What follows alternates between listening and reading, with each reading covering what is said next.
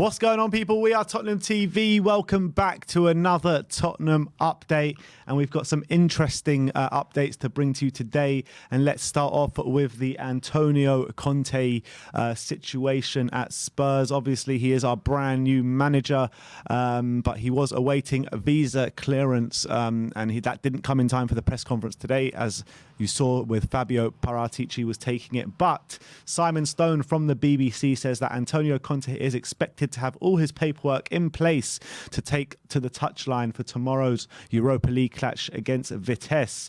But what's more interesting is the updates from Matt Law and Sami Mokbel on Antonio Conte. And I'm going to read through these with you and get Brian's reaction on them, because I find these really, really interesting. And the first one from Matt Law says that the Tottenham players are buzzing after Antonio Conte's first training session today, and Antonio Conte told the players that he will treat them all equally, warning there is no favourites and he will do everything in his power to improve each and every one of them as long as they give him everything. And that's what we want to hear, isn't it? It is.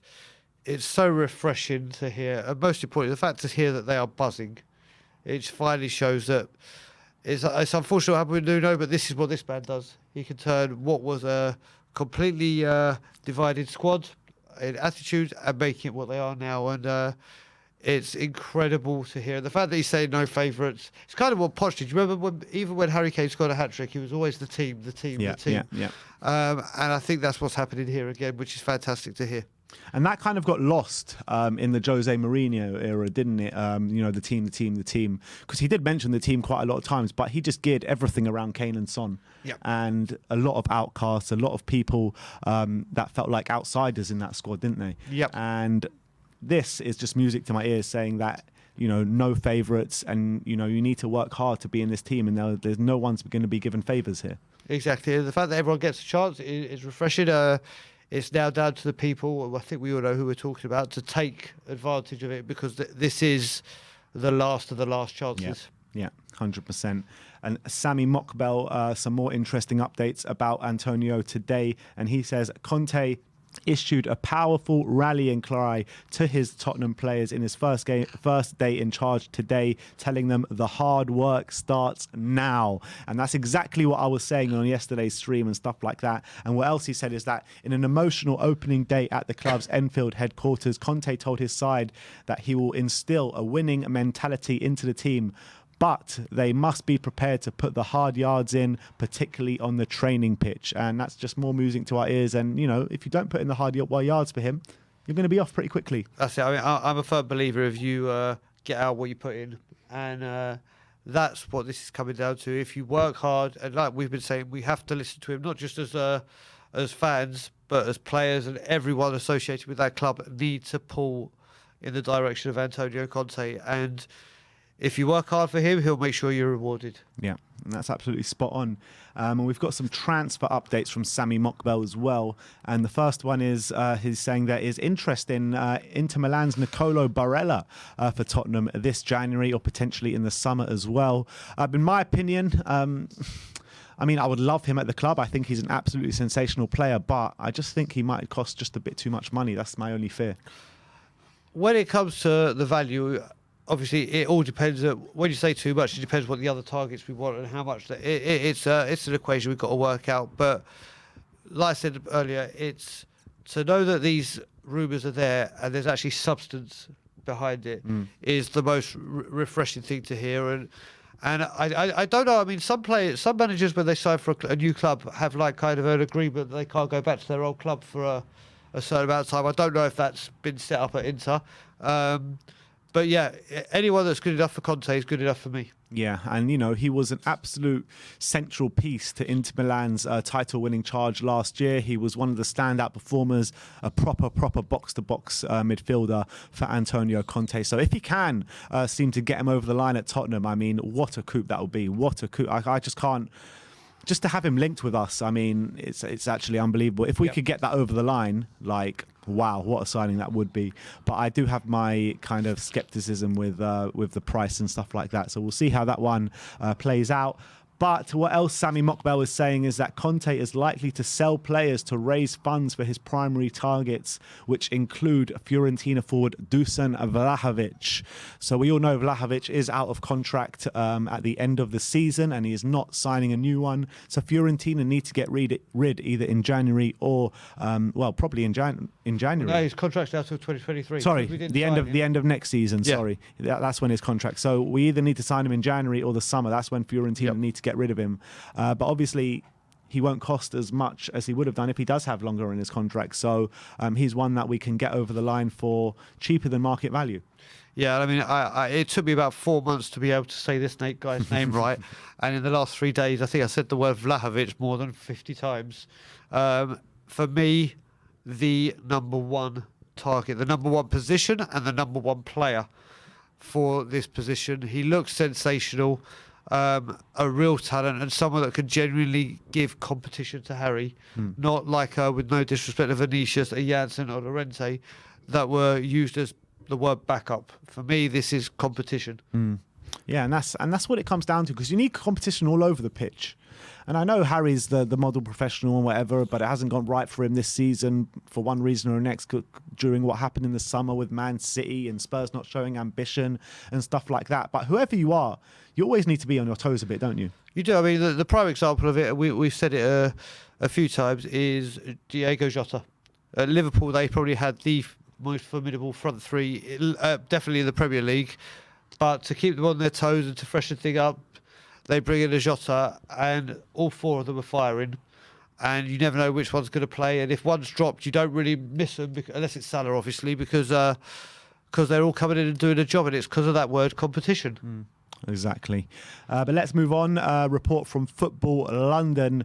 And we brought you a report the other day saying that Frank Kessie is in advanced talks with Tottenham Hotspur. We didn't know whether it was a January transfer or a move in the summer, because his contract is up in the summer. But what Football London are saying, that Antonio Conte is close to securing his first Tottenham transfer with Spurs, on the verge of signing $8.5 million deal for Frank Kessie. And to get Frank Kessie for $8.5 million, I mean, his value will pretty much quadruple straight after that signing. Yes, we could wait till the summer to get him on a free transfer, but then we'll have to deal with a lot of competition for his signature. And if we can steal a march on all the competition that will be after Kessie for $8.5 million, it's an absolute no-brainer. This guy is an absolute baller. Well, if you look at it, it works both ways. A, it's a guy that will greatly improve our squad. B, it's a fee that Daniel Levy will be happy to spend for the quality of player. I can't see a single negative in it. And I think, like you said, it's key that we strike in January. Now we've got the upper hand before this becomes a free-for-all and who offers the biggest money for wages. This will greatly improve the squad and is a clear indication of the kind of people that will be coming to this club. And these are the kind of signings, actually, that I was really looking forward to when we got Fabio, because he's done this time and time again with Juventus. He's picked up a lot of kind of Bosman deals and stuff like that, and players on a cheap that are much, much higher in value. And these are the deals which I really thought Fabio would bring to Spurs, and clearly he is. So let's hope we do get this one over the line, that's for sure. Yeah.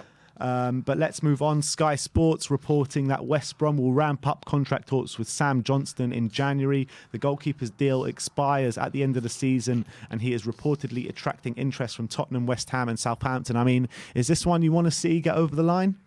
I kind of didn't understand what or why this would happen now that we've got Galini, but as we were saying earlier, if we're going to get rid of some players, and some of them being a Harry Winks and Dele Alli, you're 2 English players down, and you need to fill that quota. So it's killing 2 birds with 1 stone. Don't get me wrong, he had a great season last season for West Brom. Sorry, is he a Tottenham player? Compared to the players we've just been speaking about, we're not talking that kind of level. But for a backup keeper, and it depends if we offer Hugo, it could be a great bit of business, like you said earlier today about Sam Johnston. No one really knew about Sam Johnston. Aaron Ramsdale. Thank you. And look how that's turned out. So you can't really look a gift horse in the mouth, and it may be a punt worth taking. Yeah, could be. Well, remains to be seen. We'll see how his contract talks do progress with West Brom. But I'm undecided if I want him or not. But you know, the Aaron Ramsdale thing has actually made me want him more, because before I didn't want him at all, but the Aaron Ramsdale one just opened my eyes just a little bit. You opened my eyes with that statement this morning. That was the thing that hooked me in. So on that thought and that line of inquiry, what, we arrested him. On that train of thought is what I was going to be saying. It's I'm more open to it, shall we say? All right. And the last one I've got from you is from a publication called Sport out in Spain. And they say Barcelona remain very keen admirers of Tanguy Ndombele, and a move in January seems possible. Tottenham are currently in talk to sign Frank Kessie, which could open the door to the departure of the Frenchman. And I, for one, if this does happen, I can't see it happening because I don't think Barcelona have the funds to even consider going for someone like Ndombele. But if it was to happen, I would just not feel great about it, because everyone knows what I feel about Ndombele. Yes, I know the mentality hasn't been there at times, the attitude hasn't been there at times, but you know, the technical ability this guy has, and when he's on form, I just genuinely don't know if there's a better player in that role in the Premier League. You're right. I mean, for me, Barcelona can keep on wanting, because you're not going to get your hands on him at all. Conte has expressed his admiration for him. And like you said, there's the good side and the bad side. And we were together for the Villa game, and we got to see the absolutely diabolical side of him. Yeah. But when he is on form and when you get to see him, it is a thing of beauty. Yeah. It is an actual thing of beauty. And I think under I was going to say Conte, he's going to thrive. I think they can carry on wanting, but he ain't going anywhere. Yeah, I mean, Nuno's got to get him through the paces, that's for sure. He's got a lot of hard work ahead of him, Tanguy Ndombele. Let's just hope he can come through it. So, look, that is our Tottenham update for today. Let me know in the comment section below if you have any thoughts regarding any of the updates we've brought you today. And we might have some very special vlog for you tomorrow, as tomorrow in the morning, a certain someone is getting a We Are Tottenham TV tattoo, seeing as they said they're going to get a tattoo if Antonio Conte joins Tottenham. And this certain person are a man of their word, aren't they? He is a man of his word, I've heard. He's a crazy man of his word. Yeah, we went and checked out a couple of tattoo studios earlier on today just to see. The first one couldn't fit us in at all because they're booked till Christmas. Went to the second one. Yeah, come in. So 10 a.m. tomorrow, a tattoo is being made or being put on me, and it will be shown live on the watch along. But I'm looking forward to this video. We've got some great ideas for it. It's going to be an eventful day. And yeah, I'm a man of my word, as I always said. And a bet is a bet, and I'm crazy enough to do it. So yeah, tomorrow 10 a.m. tattoo parlour. And also, just before I let you guys go, this tattoo parlour is actually owned by an ex-Spurs player. And I want to know if you can guess who this Spurs player is. He's actually a player still currently playing, so I'm going to give you that as a clue. Not at Spurs, though. Not at Spurs. He's an ex-Spurs player, but he is still currently playing. So I want you to guess who the player is in the comment section below, and we will reveal who that player is tomorrow. So let me know who you think in the comment section below, and let me know your thoughts regarding any of the updates we've brought you today. Like, subscribe, and comment. And as always, come on, you Spurs.